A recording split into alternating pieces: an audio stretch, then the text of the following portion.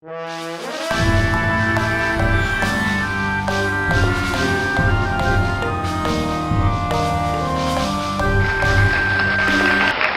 po, Mr. Shooli po. Pasensya na sa boses ko, ha. Sumusunod lang ako sa uso, ha. Uso, sipon, ho. Ako nagkasipon. Uso ubo, ako nagkaubo ako.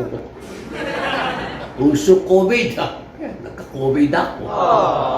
Pero okay lang. Pagaling na ako, pagaling na. Makaibigan, nakakita ko ng tape nung araw, nung interview. May interview ko si Bongbong Marcos. Oh, Bongbong Marcos mismo. Di ba, ayaw niya pa interview. Siya pa interview sa akin. Paano kayo dito? Paano ko? Tapos bigay na lang kayo ng comment ninyo pagkatapos yung mapanood. Okay, ito na siya. Oh.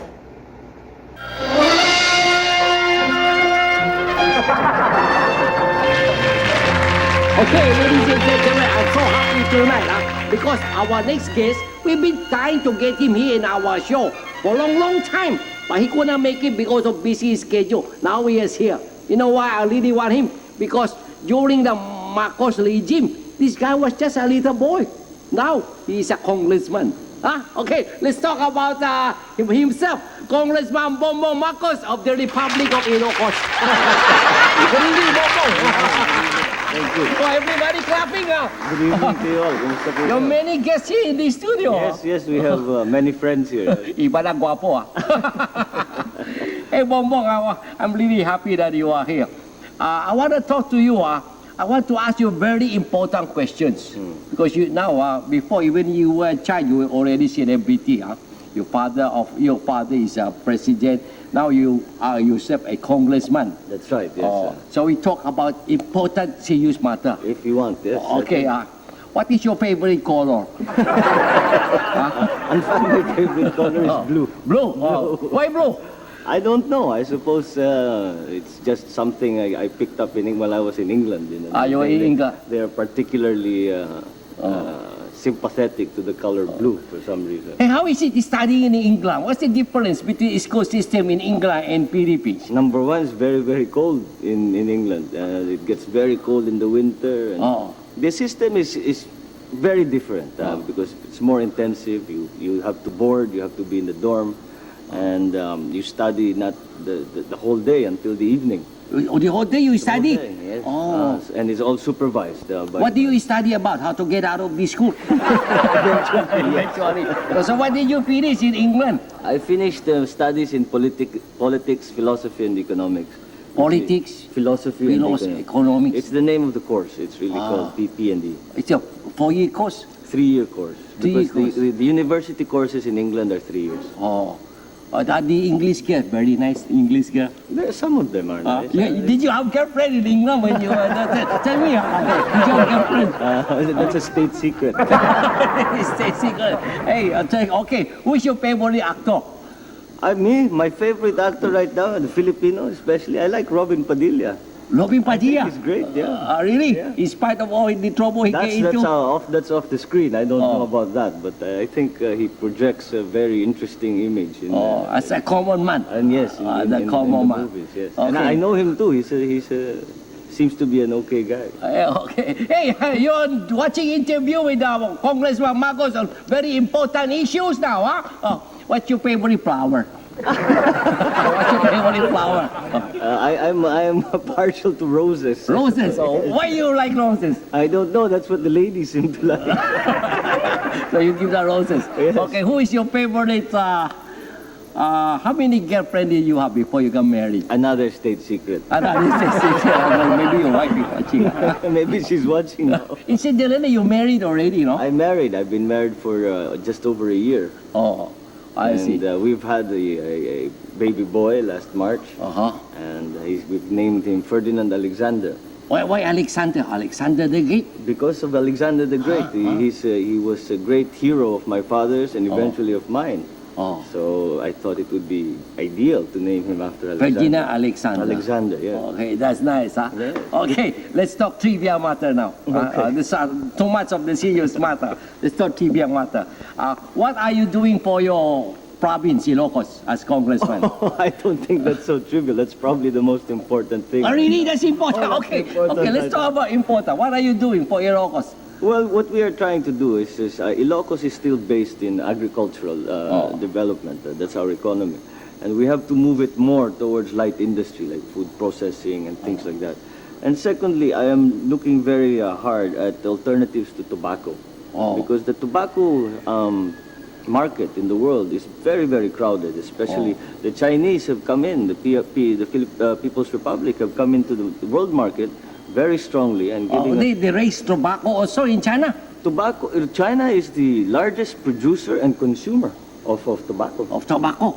Then now they've entered the market, the price is very low, and I think the health consciousness is also going to be a effect on tobacco. This jive on cigarette smoking, di ba? Maybe it will, I don't know if it will, but maybe it will affect our sales. So we have to find alternative livelihoods, alternative crops, alternative agricultural products so that we can prepare ourselves for what might be a declining world market. This tobacco industry in Ilocos, how much percent is this contributing to income of Ilocos?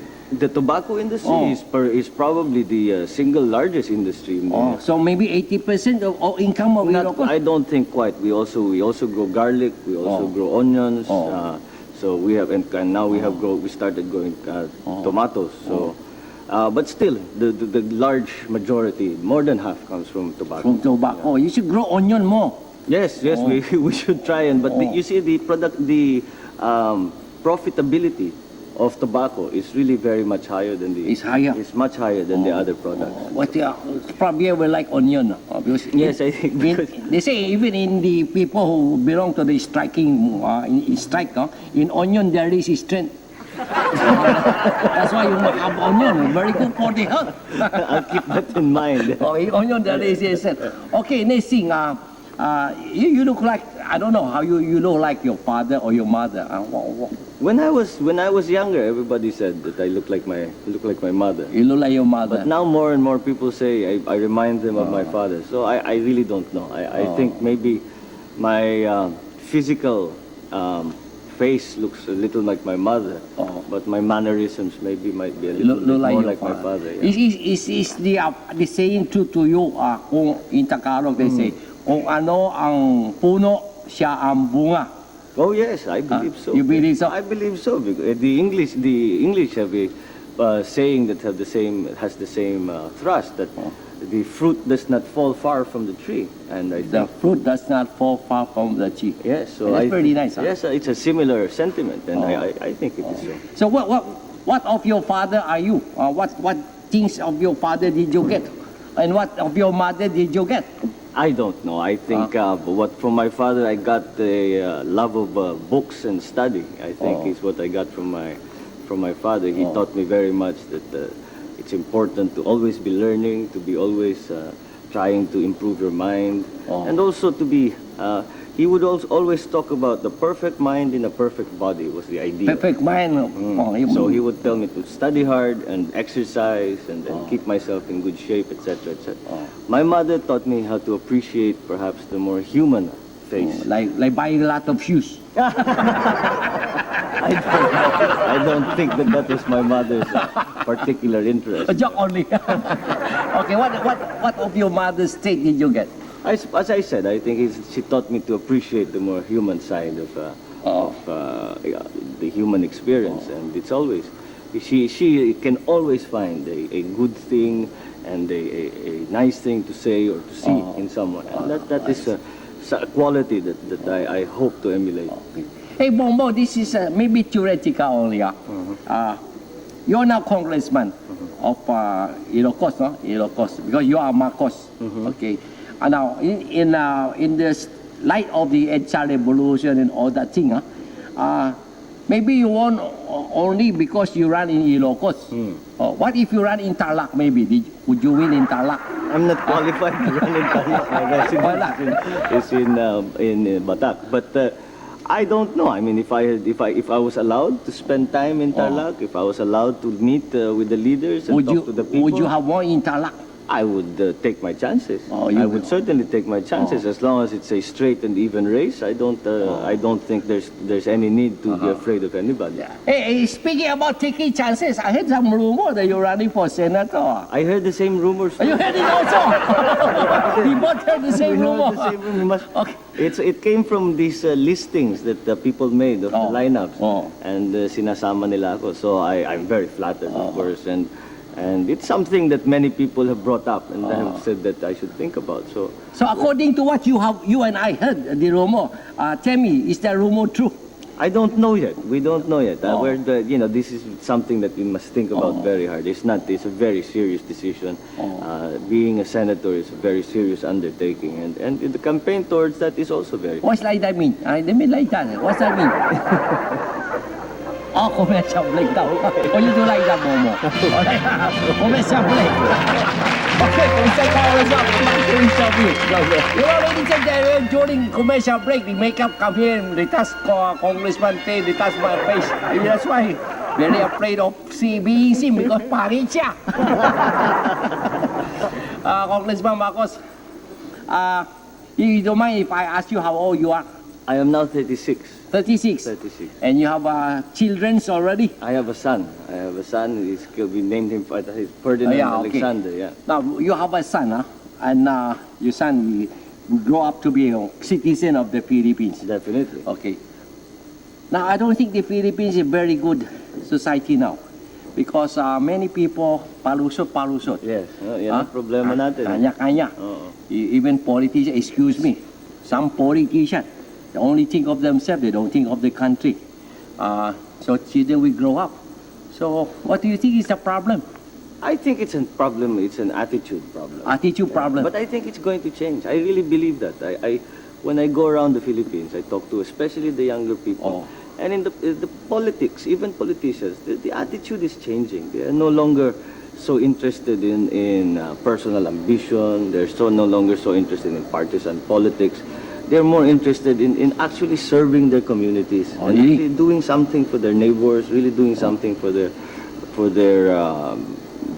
loved ones. And I'm very gratified to see this development, and I just hope it continues to develop, and I hope it continues to grow, and I hope it becomes a serious political movement. Are you really serious that this? I think it's the politics that's getting this country into a lot of problems. Too much politics. Too much politics, yeah. I mean, people are so preoccupied by the maneuvering, by the partisan thing, and you tend to spend less time on actual thinking about the administration of your office and providing services to the people. It is something that we really should get past. And I think it's also this new attitude I'm talking about. I think it comes from a slow maturing of our population. How can you make it fast maturing? Para nandun agad. So that by showing people that there is a better way. Pakita natin na meron tayong maaaring gawin na hindi gagaya ng dati at it works better than the old way. Like what is kagaya ng dati? Ano ba ang kagaya dati? I think you have experience on that since your father was in the past Philippine scenario of politics. Yeah, but you see the problem now is that the Philippines is a different place. The world is a different place. Iba na ang mundo ngayon. Iba na ang Pilipino ngayon. Square na ang mundo ngayon. Iba na. Hindi na tayo we cannot see the world in the same view as my father did or the previous leaders. We have to find new answers. We have to find new solutions. We cannot insist on the old solutions because as we can see, it's not. Wala nangyari. Hindi talagang hindi umuubra. At least kung noon umuubra, ngayon hindi na pwede. So we have to think of something new. And I think that all Filipinos are coming around and to this new idea that politics is not a selfish game. Politics, in fact, is should be the most unselfish undertaking that you could possibly embark on. What do you think of movie actors and actors going into politics? I feel as long as they have a honest desire to serve, then certainly if the people want them to come and be the representatives, who is anybody to say that they are not supposed to be there? If that's what the people want, then that's what they. But we should also recognize that there are other people, public servants, who are not so prominent who are doing a very, very hard job and are doing it very, very well with very little reward. And their experience and their skill and expertise should also be rewarded. You know, according to our writer, Noel Bamaceda and Toots Avellana, Philippine society is only PBA. That's the pastime of Filipino, PBA. Politica, basketball, artista. So that you can interchange one another. Politicians want to be artista. Some of them are appearing in movie. Artista want to be politician. Same with basketball player. I think maybe the artista coming into politics is perhaps a little understandable because it's a human sentiment. But the politicians wanting to become actors, I would never. Hindi ako marunong umarte. Hindi ba pareho ng puhunan yan? Puhunan artista, puhunan politiko, tao bayan. Yun at totoo maybe, yan. There is maraming similarity yan. But pag sa dating na sa trabaho, halimbawa, pag nakatapat yung camera sa akin, hindi ko alam kung anong gagawin ko. And in like manner, siguro, kailangan matuto din sila na paano magpapatakbo ng opisina. Like the last Manila Film Fest. Naku! Di ba? Oo, malaking gulo yun. Malaking gulo. Kasi siguro yung artista training na to be politician. Nandadaya na sila. Ayos na. Counting wrong votes. Masama yatang training yan. Okay. Hey, it's been very nice to talk to you, Bongbong. Thing I get from you from this interview is value should change. Value should definitely change. Change. And in your eye, the Philippines is changing. I think the attitudes are beginning to change, beginning to evolve in the proper way. And I'm glad, it's good to see. And I hope that everyone out there involves themselves. Makialam kayong lahat. This is important. This is your government. This is your country. This is your life. Please involve yourselves. We need all the help we can get in government. Hey, just one last question. Yes, This speaker de Venecia, he speaks like your father, even the gesture. He has some mannerisms that are a little similar. Yeah, He's even more makos than Bongbong Makos. That's entirely possible. Ladies and gentlemen, a good interview with our guest, Ferdinand Bongbong Marcos Jr. from Ilocos Republic. Thank you very much. That's my interview with Congressman Bongbong Marcos Jr. Yung congressman pa siya. Ang dami niya sinabi. Ngayon, mapapanood nyo yung kanyang sona. Tsaka yung plano niya sa bayan. You can see, meron ba nagbago? Pero bago siya. Pero ba siyang ibang plano ngayon kaysa nung araw? Yan hindi ko alam. Like kayo ng comment ninyo, ha? Sige po, salamat po.